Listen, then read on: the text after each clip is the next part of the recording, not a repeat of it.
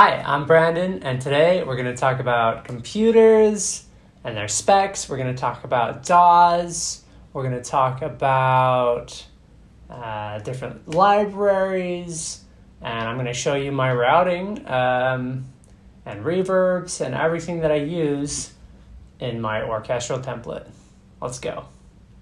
So I have recently made the switch to Cubase, and I've made my first template.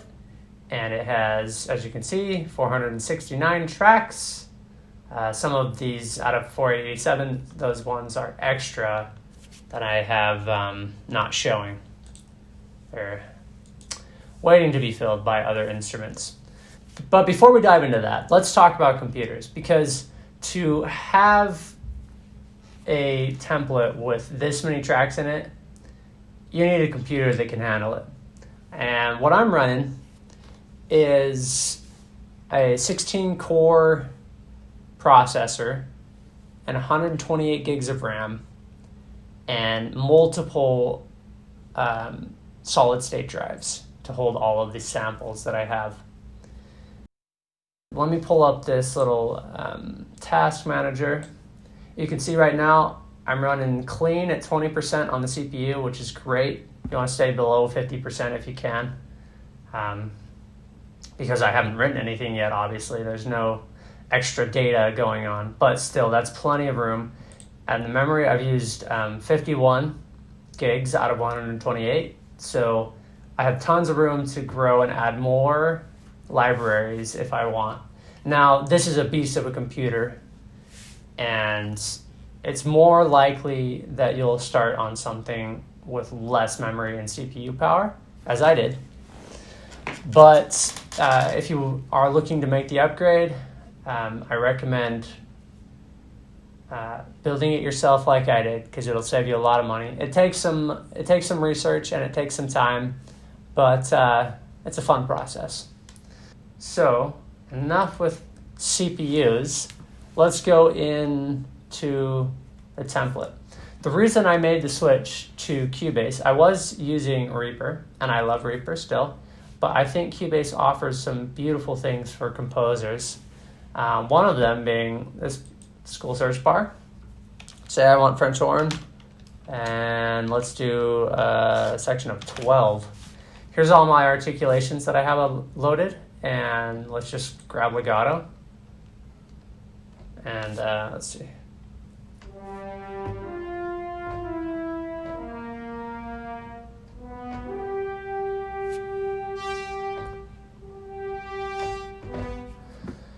So there you go. It just immediately finds it, and I can play whatever I want. So that's really cool. I like the routing system for the most part. It's nice to have all these group tracks that allow you to do different gain stages, and we'll get into that in a minute. Let's just talk first about, as you can see, each of these sections I have. Right now, each of the main sections, woodwinds, brass, and strings, are all just one library, and I'm using every articulation.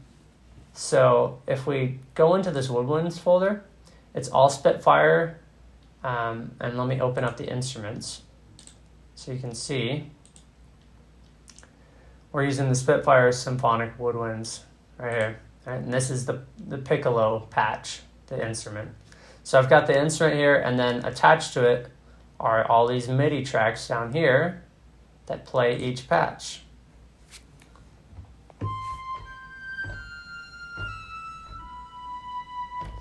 And right now, I should let you know, all these blue little tracks on the first measure are filled with some CC changes. I went through and tried to balance everything for mezzo forte, so that's using a couple different CC changes, CC 7, 11, and 1. I've done that. And let's see. So yeah, here's all of the woodwinds, and they work fantastically.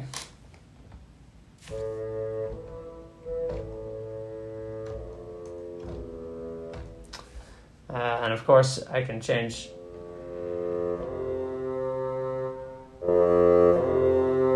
anything I want with the mods and the CC changes. Right now I have mod wheel is CC1, and then this is CC7, and this is CC11 for expression. 7 is volume, master volume, 11 is expression. So using Spitfire Woodwinds, I'm using Junkie XL brass. Same type of setup. Just got every articulation with every size of section. Percussion, I'm just using some a smorgasbord of things. Action Strikes, Rise and Hit, Armageddon from Damage. And then all of these individual things are just Contact Factory presets. They're nothing special, but they do the job for now. Then I have a bunch of cymbal rolls, different cymbals. They sound pretty cool.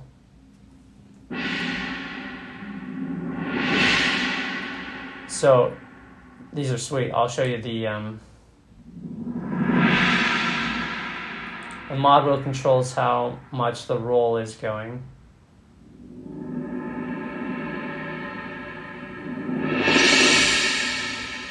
So it's really a cool instrument. Let me show you what those are in the Loops de la Cream is what they are. Oh, let's see.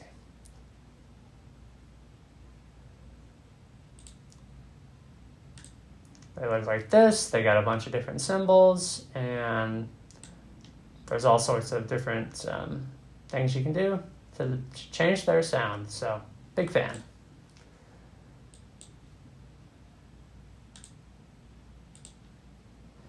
I've got a folder of keys and harp, bunch of different pianos. Not sure I love them all. I just put them in because I had them. Some organs.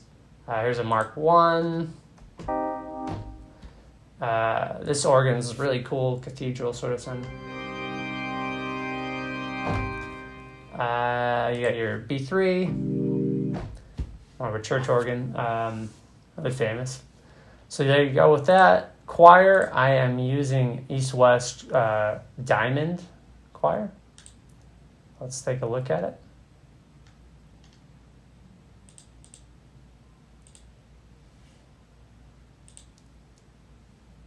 So here we go, East-West Hollywood Choirs Diamond.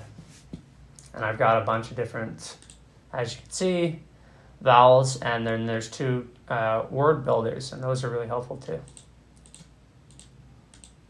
Strings, using cinematic strings. Big fan. All right, here we go, and I've got an ensemble patch for writing quickly. If I want to,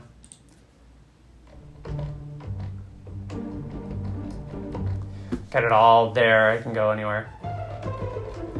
And then when I want to make it more intricate, I've got every section.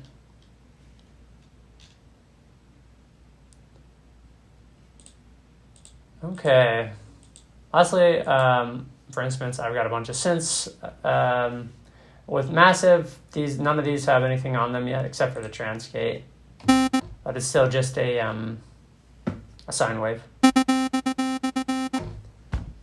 So yeah, those are free for me to build and mess around with. And then Battery and Absinthe and FM8 all have some presets on there. This one's like a drum sort of thing. Just kind of pads and stuff that I can mess around with. I've got these group tracks, and these are wonderful. So I have all of these woodwind instruments sending to the group Woodwinds. And let me show you what that looks like in the mixer.